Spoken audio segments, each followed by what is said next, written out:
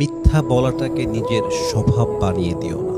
মিথ্যা বলা অভ্যেসটাকে নিজের জীবনের একটা দৈনন্দিন অভ্যেস বানিয়ে দিও না। মাথায় রাখবা, মিথ্যা বলা জীবনে এত বড় অন্যায় যে অন্যায়টা আপনার ইজ্জত নষ্ট করে দেয়। একটা মানুষের জীবনের সবচেয়ে বড় দামি সম্পদ হচ্ছে তার সম্মান, তার ইজ্জত, তার ব্যক্তিত্ব, তার পার্সোনালিটি। কিন্তু মিথ্যা এমন একটা গজবের জিনিস যে মিথ্যা যখন ধরা পড়ে যায়, একজন মানুষের ইজ্জত, মান, সম্মান সবকিছু ধুলোতে মিশে নিঃশেষ হয়ে যায়। ঠিক কিনা বলেন সবাই আপনারা? আল্লাহর রসুল বলেছেন, আমার উম্মত সব অন্যায় করতে পারে, হয়ে যেতে পারে, অন্যায় করে ফেলতে পারে, বাট একটা অন্যায় আমার উম্মত করতে পারে না।